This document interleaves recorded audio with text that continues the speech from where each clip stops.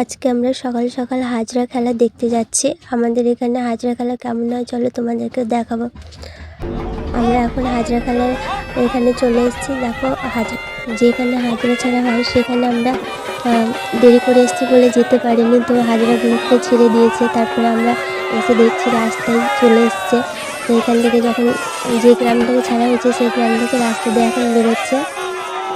এইভাবেই ওরা এই রাস্তা দিয়ে হাজরাগুলো খেলতে খেলতে যায় এবং আমাদের এখানে একটা স্কুল মাঠ আছে, সেই স্কুল মাঠে হাজরাগুলোকে ধরবে।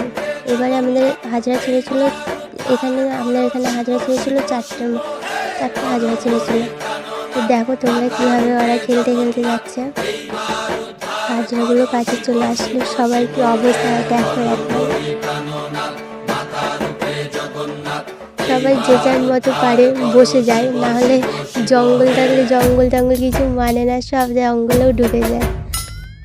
এইভাবে সবাই এনজয় করে, ব্যাপারটা ভালো লাগে। ময়ূর রূপ দেখিয়া তাল ধইরাছে মহাকাল, ময়ূর রূপ দেখিয়া তাল ধইরাছে মহাকাল। বম বম বম বম বম বাজায় বুঝায় গাল, শিব বম বম বম বম বম বাজায় বুঝায় গাল। আমরা এদিকে যাচ্ছি না ওইদিকে, প্রচন্ড ভিড় রাস্তায়। আমাদের তো অবস্থা প্রচন্ড খারাপ হয়ে গিয়েছিল, দেখে বুঝতে পারছি। এই হাজরাটা রাস্তা থেকে পাড়ার মধ্যে নেমে গিয়েছিল। এই হাজরাটা প্রত্যেকবারই এই পাড়ার মধ্যে এখানটায় নামে। খেলা দেখতে দেখতে আমরা চলে আসলাম এখন স্কুল মাঠে।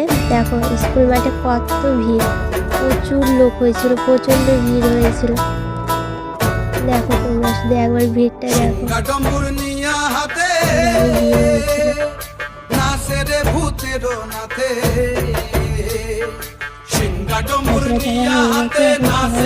বাড়ি যাচ্ছে,